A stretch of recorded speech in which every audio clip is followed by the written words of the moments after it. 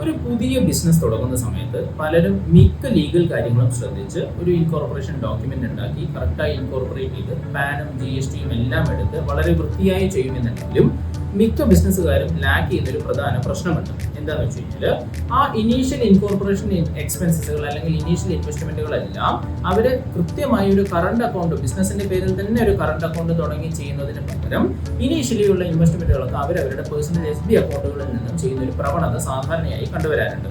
Business ഒക്കെ തുടങ്ങി കുറച്ചു കാലം കഴിഞ്ഞ് റൺ ചെയ്തതിനു ശേഷം മാത്രം കറണ്ട് അക്കൗണ്ട് തുടങ്ങാം എന്നുള്ളൊരു ധാരണയിലാണ് പലരും ഇത് ചെയ്യുന്നത്. പക്ഷെ ഇങ്ങനെ ചെയ്യുന്നത് കൊണ്ട് പല പ്രശ്നങ്ങളും നിങ്ങളിൽ കുറച്ച് വളരെ ഇമ്പോർട്ടൻ്റ് ആയിട്ടുള്ള കുറച്ച് പ്രശ്നങ്ങൾ ഞാൻ പറഞ്ഞതാണ്.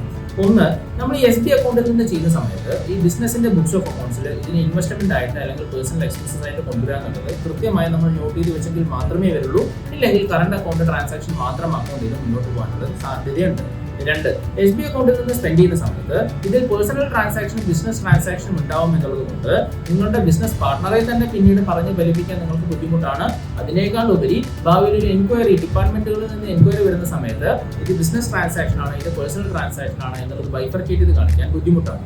മൂന്നാമത്തെ പ്രധാന പ്രശ്നം, കറണ്ട് അക്കൗണ്ടുകളിൽ നിന്നാവുന്ന സമയത്ത് ക്യാഷ് ട്രാൻസാക്ഷന്റെയും മറ്റ് ട്രാൻസാക്ഷൻസിന്റെയും ലിമിറ്റ് വളരെ കൂടുതലാണ്. ഇൻകം ടാക്സിന്റെയും ഡിപ്പാർട്ട്മെന്റിന്റെയും ഇൻഫോം ചെയ്യുന്ന ലിമിറ്റ് വളരെ കൂടുതലായതുകൊണ്ടും ബാങ്കിങ് ചാനൽസിൽ തന്നെ പല റൂൾസ് ആൻഡ് റെഗുലേഷൻസിന്റെയും ലിമിറ്റ് കൂടുതലായതുകൊണ്ടും കറണ്ട് അക്കൗണ്ട് യൂസ് ചെയ്യുന്ന സമയത്ത് നിങ്ങൾക്ക് ബിസിനസിന് വളരെയധികം ഫ്ലെക്സിബിലിറ്റി ലഭിക്കുന്നു എന്നുള്ളൊരു ഫണ്ട് ട്രാൻസാക്ഷൻ ഫ്ലെക്സിബിലിറ്റി ലഭിക്കുന്നു എന്നുള്ളൊരു ബെനിഫിറ്റ് കൂടെ കറണ്ട് അക്കൗണ്ടിനുണ്ട്. ഇതുകൂടാതെ നിങ്ങൾ ഭാവിയിൽ ബാങ്കിലേക്ക് ലോണിലായിട്ടോ അല്ലെങ്കിൽ മറ്റെന്തെങ്കിലും ഓഡി ഫെസിലിറ്റിക്കോ പോകുന്ന സമയത്ത് ബാങ്ക് ഏറ്റവും കൂടുതൽ നോക്കുക നിങ്ങളുടെ ബിസിനസിന്റെ കറണ്ട് അക്കൗണ്ടിൽ നടന്ന ട്രാൻസാക്ഷൻ ആണ് SB അക്കൗണ്ടുകളിൽ നടന്ന ട്രാൻസാക്ഷൻസ് അത് കൗണ്ട് ചെയ്തോളണമെന്നില്ല ഫോർ ഓഡി ലിമിറ്റിനോ അല്ലെങ്കിൽ നോൺ ലിമിറ്റിനോ മറ്റോ ആയിട്ട്.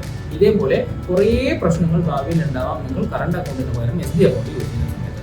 സോ ഡിപ്പാർട്ട്മെന്റുകളിൽ നിന്നുള്ള വെല്ലുവിളി ഒഴിവാക്കാനും ഭാവിയിൽ ലോൺ സൗകര്യത്തിന് വേണ്ടിയിട്ടും അതേപോലെ പാർട്ട്നേഴ്സുമായിട്ട് ഭാവിയിൽ ഒരു കൺഫ്യൂഷൻസോ പ്രശ്നങ്ങളോ വരാതിരിക്കാനും പെട്ടെന്ന് തന്നെ എപ്പോഴാണോ ബിസിനസ് തുടങ്ങി നിങ്ങൾ പാൻ എടുക്കുന്നത് ആ പാൻ എടുത്ത ഉടനെ തന്നെ കറണ്ട് അക്കൗണ്ട് ഓപ്പൺ ചെയ്ത് കറണ്ട് അക്കൗണ്ടിലൂടെ മാക്സിമം ട്രാൻസാക്ഷൻസ് റൂട്ടിൽ തുടക്കം മുതലേക്ക് കൊണ്ടുപോകാൻ ശ്രദ്ധിക്കും. അത് നിങ്ങൾക്ക് ഭാവിയിലും വളരെ എളുപ്പവും സൗകര്യവുമാകും. Thank you so much.